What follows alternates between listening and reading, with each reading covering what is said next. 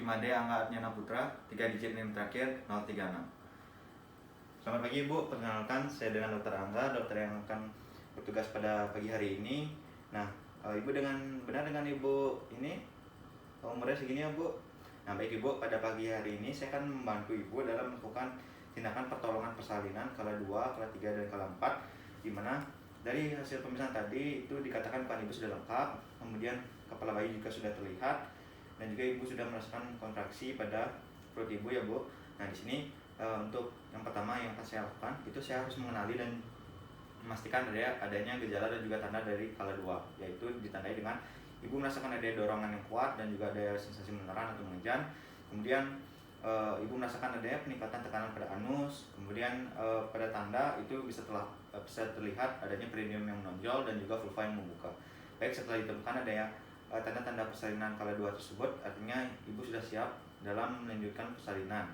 Baik, selanjutnya ketika sudah didapatkan tanda-tanda tersebut, saya akan mempersiapkan alat-alat terlebih dahulu, di mana alat-alat itu seperti yang sudah saya siapkan. Sini ada baskom dengan larutan klorin 0,5%, kemudian ada alat APD, kemudian ada kain sebanyak 3 lembar, kemudian ada partuset, kemudian ada stetoskop, ada sarung steril, kemudian ada wadah untuk benda-benda yang sudah digunakan, kemudian ada kapas steril yang sudah berisi air steril atau dibasuh dengan steril, ada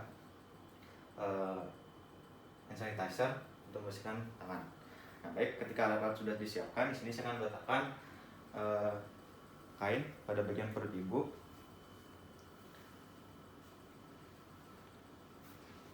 Kemudian setelah meletakkan kain, di sini saya akan mempersiapkan oksitosin dan juga spike 3 cc. Kita anggap saya sudah menyiapkan spike dan juga oksitosin dalam spike 3 cc. Selanjutnya di sini saya akan menggunakan APD berupa celemek. Kita anggap saya sudah menggunakan celemek.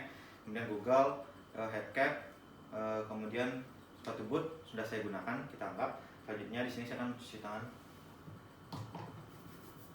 Baik, setelah melakukan pencucian tangan, saya akan menggunakan hand spoon steril.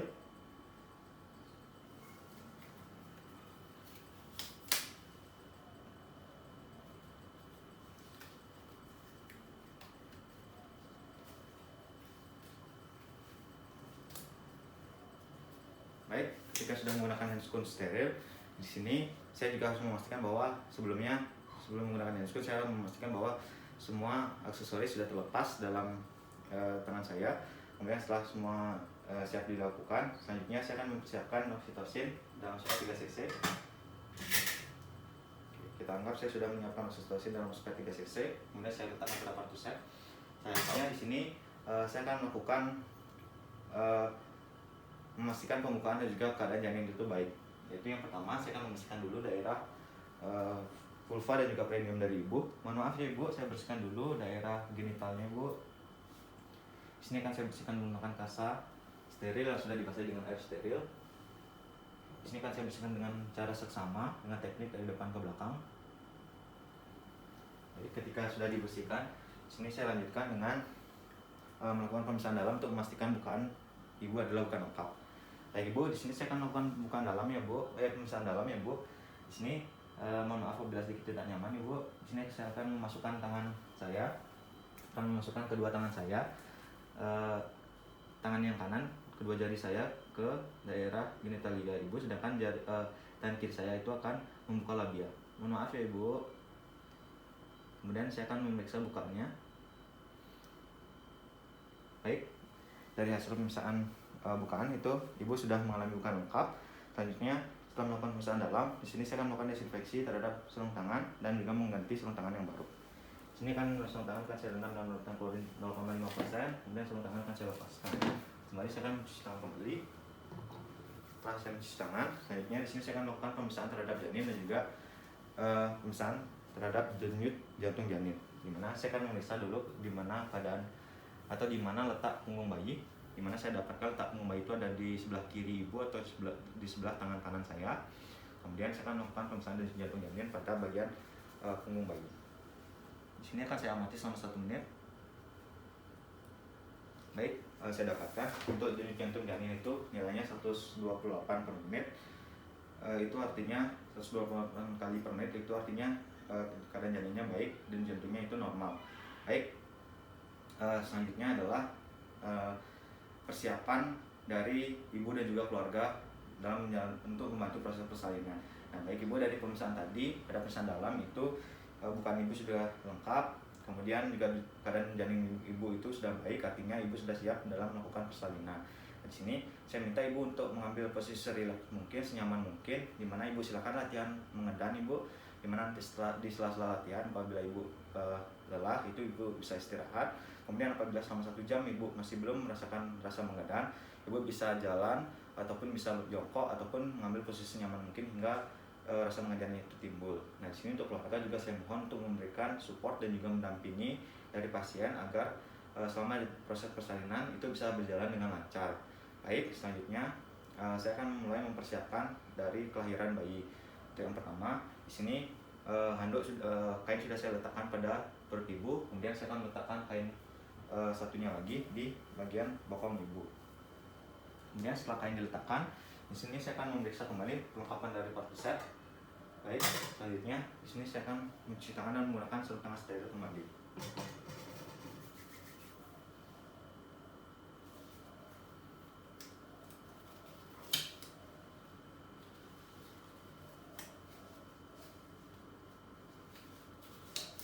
Baik, ketika saya sudah menggunakan sarung tangan kembali, di sini saya sudah siap dalam menjalani proses persalinan. Nah, untuk yang pertama di sini, yang pertama adalah kelahiran kepala, dimana itu ditandai dengan kepalanya sudah terlihat dan juga vulva membuka kurang lebih 5-6 cm. Kemudian ketika kepala sudah terlihat, di sini tangan kanan saya akan saya letakkan di bawah kain, kemudian akan saya cubit perineumnya untuk menjaga agar perineum tidak terjadi robekan. Kemudian tangan kiri saya ini akan menjaga kepala bayi agar tidak terjadi defleksi yang berlebihan. Kemudian meminta ibu untuk mengejan. Baik ibu, bisa mengejan ibu? Bisa mengejan lagi bu? Ayo ibu. Baik, ketika kepala bayi sudah terlihat, di sini saya akan memeriksa dulu apakah ada lilitan atau tidak pada kepala bayi dengan cara sedikit memasukkan tangan saya. Apabila tidak terdapat lilitan, kita akan melanjutkan kelahiran kepala. Sedangkan jika ada lilitan, jika lilitannya itu longgar, bisa kita longgarkan. Kemudian jika lilitannya kuat, bisa kita potong tali pusar bayi. Nah, kemudian ketika tidak ada lilitan, kita tunggu hingga kepala bayi itu mengalami putar paksi luar secara penuh. Ketika kepala bayi sudah mengalami putar paksi luar, di sini saya akan menggunakan teknik biparietal, yaitu dengan cara tangan saya berpindah, tangan kanan, tangan dominan berada di atas, tangan non dominan berada di bawah. Kemudian saya akan melanjutkan dengan lahirnya bahu, dimana untuk lahirnya bahu yang pertama adalah bahu depan dengan cara curam bawah. Kemudian ketika bahu depan sudah lahir, kita akan melahirkan bahu belakang dengan cara curam atas. Kemudian setelah lahirnya bahu, kita akan melahirkan badan dan juga ekstremitas dengan memindahkan posisi tangan kembali, di mana tangan kanan itu akan ada di leher atau di bagian bawah, sedangkan tangan kiri itu akan menyusuri badan bayi hingga ke bokong. Baik ibu, bisa dikontraksikan ibu. Nah, baik, ketika bayi sudah lahir, baik ibu, di sini bayi sudah lahir ya ibu. Selanjutnya di sini bayi akan saya letakkan pada atas perut ibu. Kemudian setelah bayi lahir, saya akan mengevaluasi bagaimana keadaan bayi, di mana bayi ini ketika dilahirkan langsung menangis spontan, artinya tidak ada sumbatan jalan nafas. Kemudian kondisi bayi itu baik. Kemudian untuk air ketuban juga warnanya jernih, tidak ada keruh, tidak bercampur mekonium, di mana itu normal. Selanjutnya, ketika bayi sudah dilahirkan dan juga sudah dievaluasi, di sini saya akan melakukan tindakan pengeringan pada bayi, di mana bayi akan saya keringkan.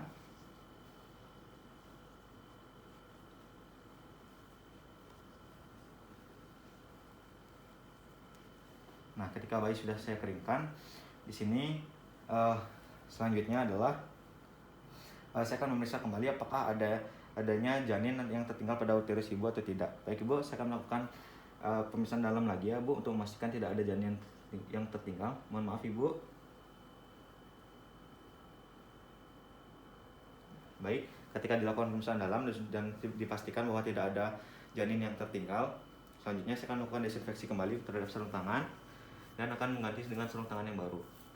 Baik, ketika sudah mengganti dengan sarung tangan yang baru, di sini saya akan menginformasikan bahwa ibu akan diberikan oksitosin.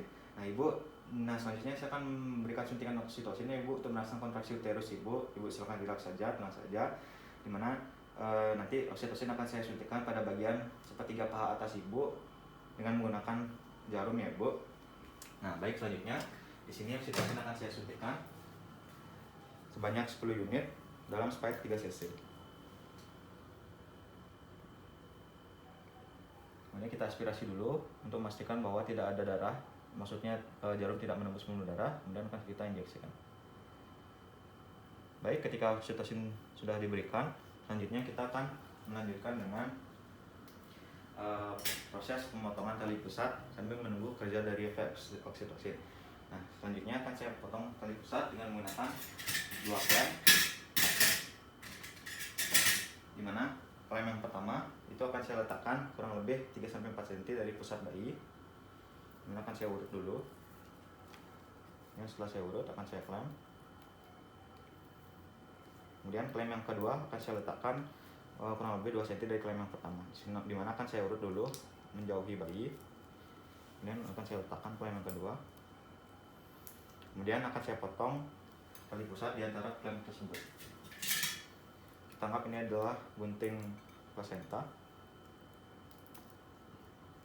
Baik, ketika klem sudah ketika tali pusat sudah dipotong, selanjutnya saya akan melakukan peningkatan tali pusat dengan menggunakan benang DTT, desinfeksi tingkat tinggi. Nah baik, ketika tali pusat sudah diikat, selanjutnya klem pada tali pusat akan saya lepaskan. Kemudian bayi akan saya letakkan menyentuh kontak kulit ke kulit dari ibu. Nah ibu, ini bayinya ya bu, bisa diberikan ASI dulu ibu. Kemudian bayi dan ibu akan saya selimuti dengan menggunakan kain. Baik, selanjutnya di sini saya akan melakukan fase aktif fase 3, di mana itu adalah lahirnya plasenta. Selanjutnya untuk lahirnya plasenta di sini klem akan saya pindahkan kurang lebih 5-10 cm dari vulva dengan cara teknik mengurut tali ke arah vulva.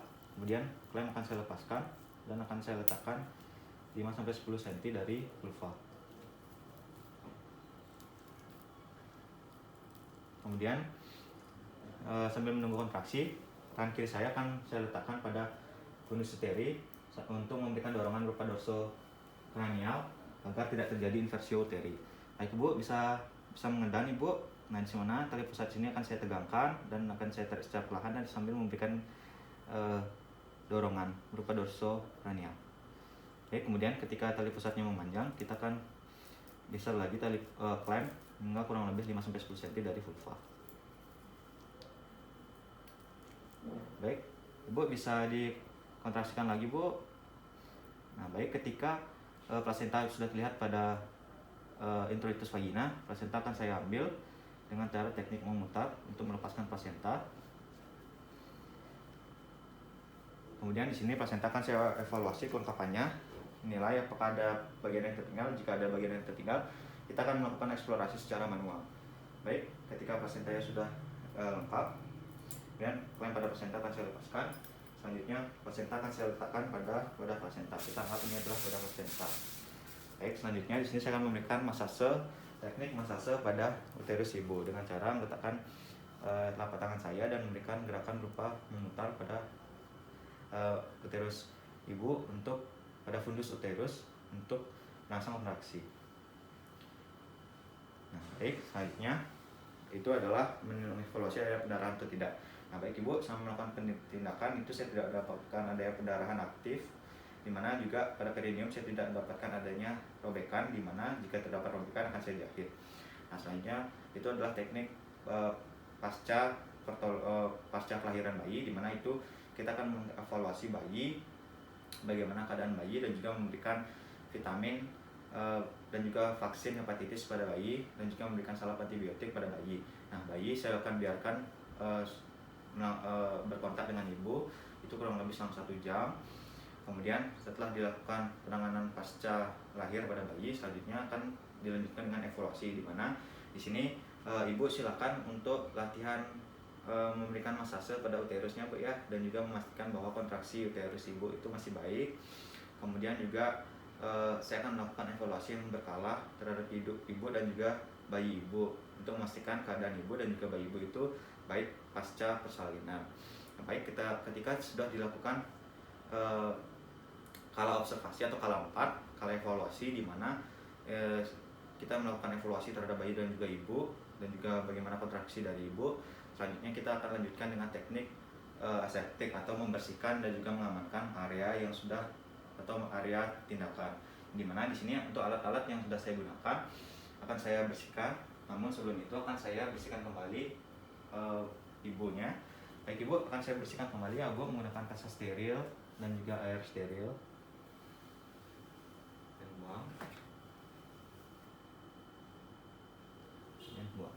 Baik, ketika ibu sudah dibersihkan, selanjutnya saya akan membersihkan medan dan juga alat-alat yang telah digunakan selama melakukan tindakan. Di sini alat akan saya rendam dengan larutan klorin, kemudian medan akan saya bersihkan. Kemudian handuk yang saya gunakan akan saya rendam dengan larutan klorin.